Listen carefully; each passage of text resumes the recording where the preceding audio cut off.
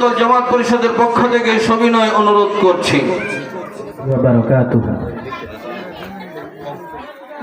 আলহামদুলিল্লাহ আলহামদুলিল্লাহি ওয়া কাফা ওয়া সালামুন আলা ইবাদিহিল্লাযীনা ইসতাফা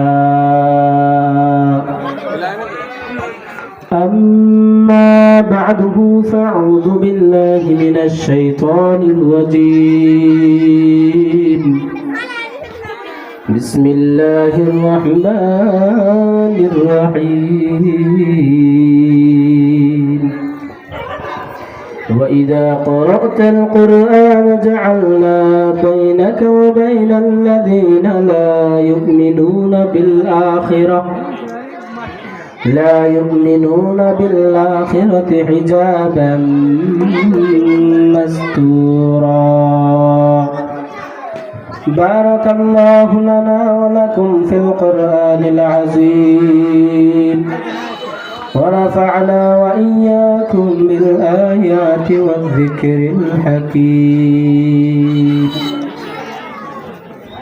اللهم صل على محمد وعلى آل محمد كما صليت على إبراهيم وعلى آل إبراهيم إنك حميد مجيد اللهم بارك على محمد وعلى آل محمد كما باركت على إبراهيم وعلى آل إبراهيم إنك حميد مجيد قالوا سبحانك لا علم لنا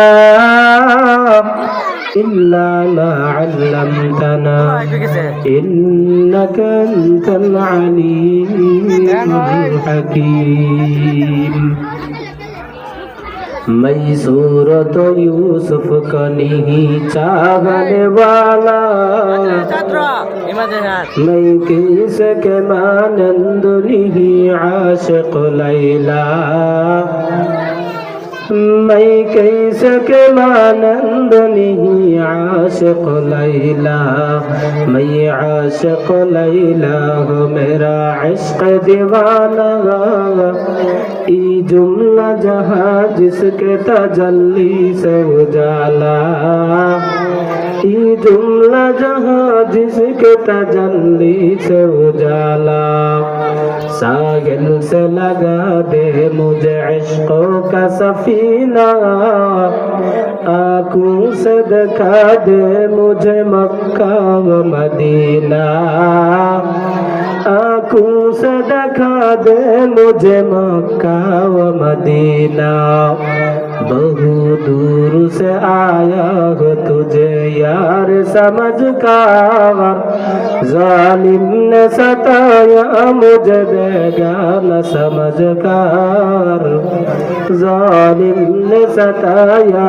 मुझे बेगाना समझ कर डरते नहीं दुनिया में मुसलमान किसी से डरते नहीं दुनिया में मुसलमान किसी से जब मिल गई है दौलत ईमान नबी से जब मिल गई है दौलत ईमान नबी से अल्हम्दुलिल्लाह रब्बे कारीमेर प्रति অত্যন্ত শুকর ও সুজুদ যে রব্বে করিম আমাদেরকে সজনপুর আহলে সুন্নাত ওয়াল জামাত পরিষদের উদ্যোগে 27 এপ্রিল 2026 চতুর্থ ইসলামী মাহফিল উক্ত সম্মেলনে আসার বসার দিনটাকে যে আল্লাহ তাআলা ভালো করে দিয়েছেন, পাশাপাশি আমাদের সাজনপুরের জন্য বাংলার সারা বাংলার আলোড়ন সৃষ্টিকারী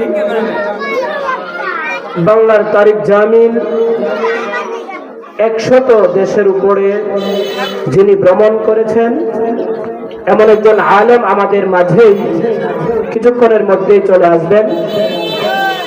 আমার বয়ানের মাঝেই হযরত চলে আসবেন ইনশাআল্লাহ। হযরতুল আল্লাম আল্লামা মুফতি নজরুল ইসলাম কাসেমি হাফিজাহুল্লাহ হযরতকে রিসিভ করে আনার জন্য আমাদের সজনপুর আহলে সুন্নাত ওয়াল জামাত পরিষদের সদস্যবৃন্দ চলে গিয়েছেন। আমাদের এখানে আয়েশা হযরত মাগরিবের নামাজ পড়বেন। আল্লাহ তাআলা হযরতকে সহি সালামতে আসার তৌফিক দান করুন, সবাই বলে আমিন। আমিন। মুহতারাম হাজিরিন,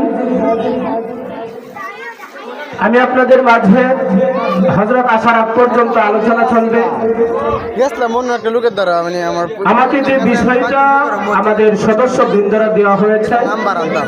বিষয়টা হলো বিশ্বনবী সাল্লাল্লাহু আলাইহি ওয়াসাল্লামের জীবনী।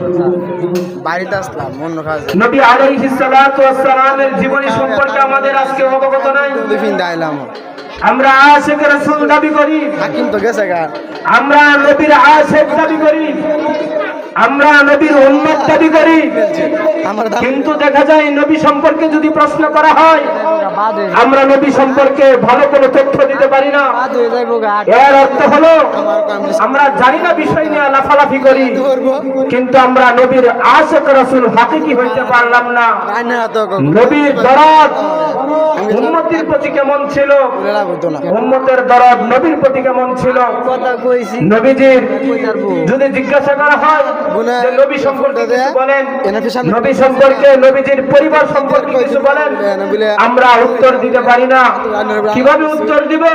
নবীর জীবনী সম্পর্কে তো আমাদের কারো পড়ালেখা নাই, যার কারণে আমরা নবী সম্পর্কে প্রশ্ন করলেও আমরা উত্তর দিতে পারি না। এজন্য মুহতারাম হাজিরিন, নবী আলাইহিস সালাতু ওয়াস সালামের জীবনী নিয়ে এখন আলোচনা করা হবে। এলাকার মা বোনরা যারা আছেন, এই এলাকার যত মুমিন মুসলমান আছেন, নবীর উম্মত আছেন, আমরা সকলেই যে যেখানে থাকি না কেন, এই নতুন বাজারের সম্মানিত ব্যবসায়ী ভাইরা আপনারা যারা আছেন, আপনারা ব্যবসা করেন কান দিয়ে, হাত দিয়ে দুনিয়া খামান, কান দিয়ে আপনি নবীর জীবনীটা শোনেন। আশা করি আপনাদের জীবন আমাদের জীবনের অনেক ভুল ছুটে যাবে ইনশাআল্লাহ। নবী আলাইহিস সালাতু ওয়াস সালামের দাদার নাম ছিল আব্দুল মুত্তালিব। শুরু করে দিয়েছে আমি তোমার এই আব্দুল মুত্তালিবের 6 জন বিবি ছিলেন। 6 জন বিবির মধ্যে টাইম নাই। আমাদের নবীজি সাল্লাল্লাহু আলাইহি ওয়াসাল্লামের যিনি আপন দাদি ছিলেন, মুফতি মুজিবুর রহমান, ওনার নাম ছিল ফাতেমা। ওনার নামটা কি ছিল বলেন ভাই? ফাতেমা। নবী আলাইহিস সালাতু ওয়াস সালামের দাদি ছিল 6 জন। এই 6 জনের মধ্যে আমাদের নবীজির আপন দাদি যিনি ছিলেন, ওনার নাম ছিল ফাতেমা। আব্দুল মুত্তালিবের 6 বিবির মধ্য দিয়া টোটাল সন্তান হয়েছিলেন 19 জন। জোরে বলেন কতজন? 19 জন সন্তান হয়েছিল। 19 জনের মধ্যে 13 জন ছিল ছেলে সন্তান, 6 জন ছিল কন্যা সন্তান। এই 13 আর 6 টোটাল হলো 19 জন। আল্লাহর রাসূল সাল্লাল্লাহু আলাইহি ওয়াসাল্লামের আপন দাদি যিনি ছিলেন ফাতেমা, ওনার গর্ভ থেকে 5 জন কন্যা সন্তান হয়েছিল আর 4 জন ছেলে সন্তান হয়েছিল। এই 13 জন সন্তানের মধ্যে 3 জন ছোটবেলায় ইন্তেকাল করেছেন। তারা জন্ম হওয়ার পরই নাবালেগ থাকা অবস্থায় তারা দুনিয়া থেকে বিদায় হয়েছেন। 3 জনের মধ্যে একজনের নাম ছিল জিরার, দ্বিতীয় নাম্বার ছিল কুসাম, তৃতীয় নাম্বার ছিল আব্দুল কাবা। এই 3 জন 13 সন্তানের মধ্যে 3 জন ছোটবেলায় ইন্তেকাল করেছেন।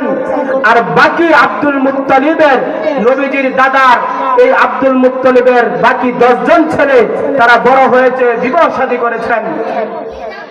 রাসূলুল্লাহ সাল্লাল্লাহু আলাইহি ওয়াসাল্লামের আপন দাদি ফাতেমার গর্ভ থেকে 5 জন কন্যা সন্তান ছিল।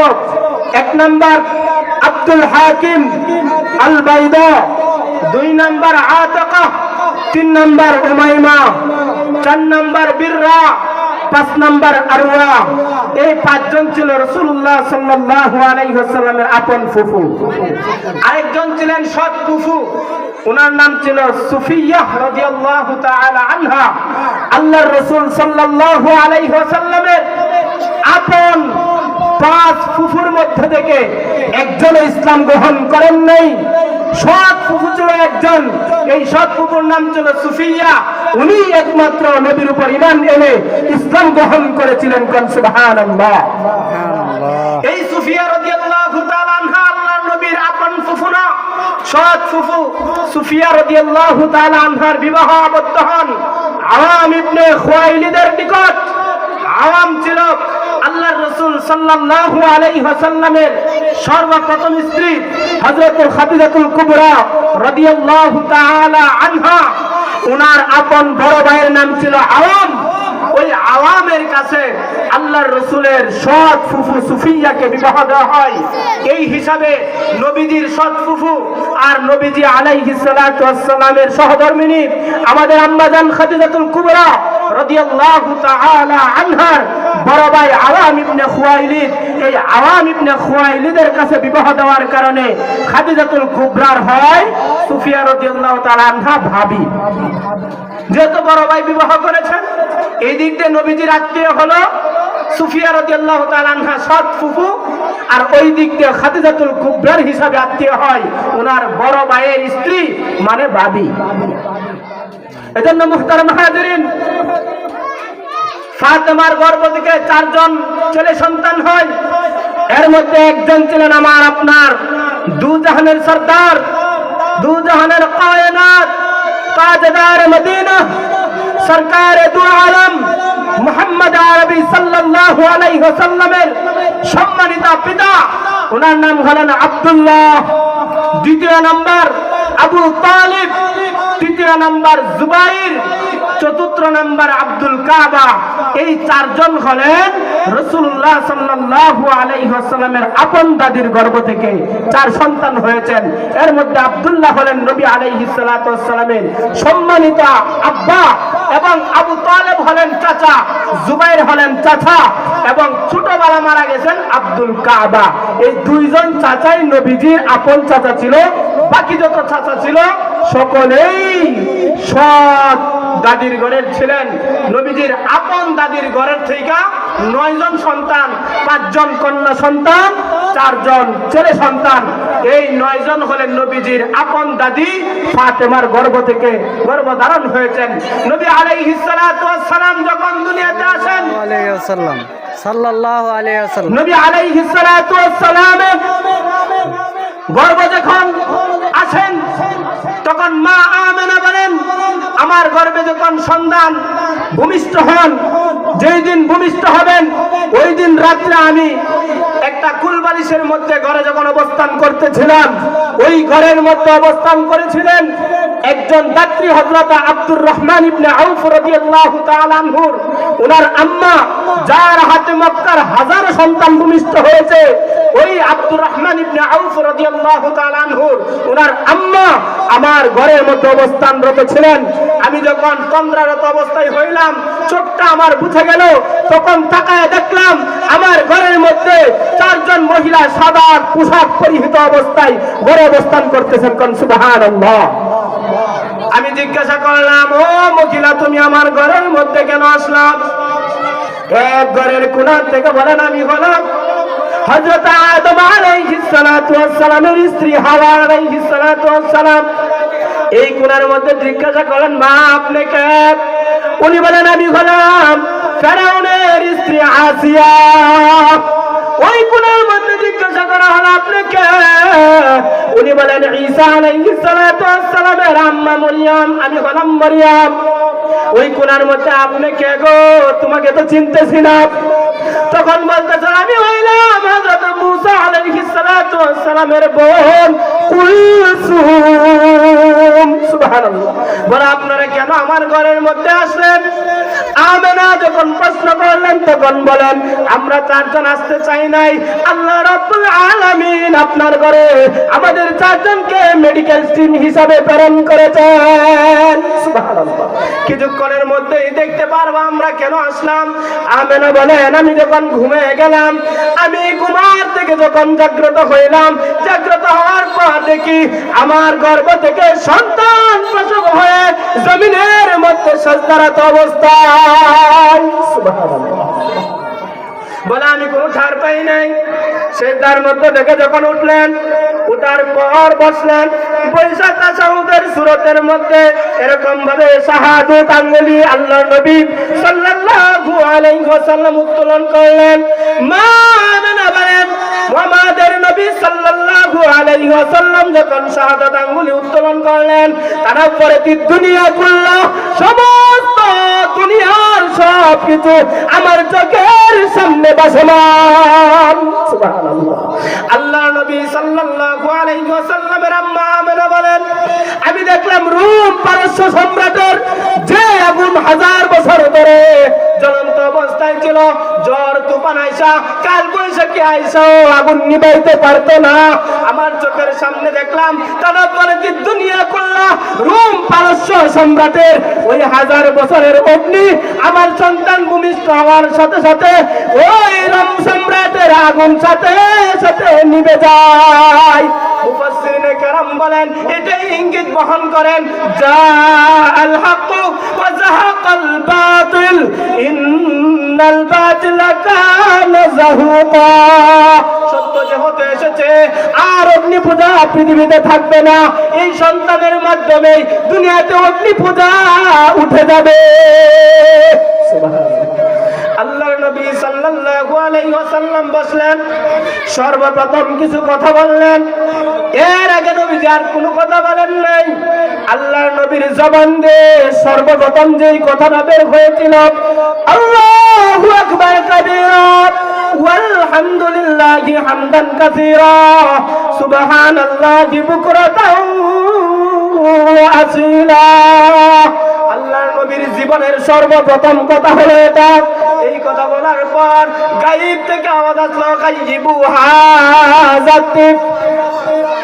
আমেনা বলেন, আমি যখন একটা আওয়াজ শুনতে পারলাম গায়িবু হাযাতিফ, যে তোমরা সন্তানটাকে গায়েব করে ফেলো, হঠাৎ করে আমি দেখলাম আমার সন্তানটা গায়েব হয়ে গেল। উম্মে আইমানের কোলে দিয়েছিলাম, কিন্তু তার কোলে আমার সন্তান নাই। তখন আল্লাহ পাক রব্বুল আলামিন মা আমেনা দিকে পেরেশানি হয়ে গেলেন। আল্লাহ রাব্বুল আলামিন কিছুক্ষণ পর ওই সন্তানটাকে আবার প্রেরণ করে বলে দিলেন, ও আমেনা, এই নবী শুধু তোমার নবী নয়, সারা পৃথিবীর মাখলুকাতকে আমি দেখানোর জন্য নিয়ে গিয়েছিলাম। সুবহানাল্লাহ।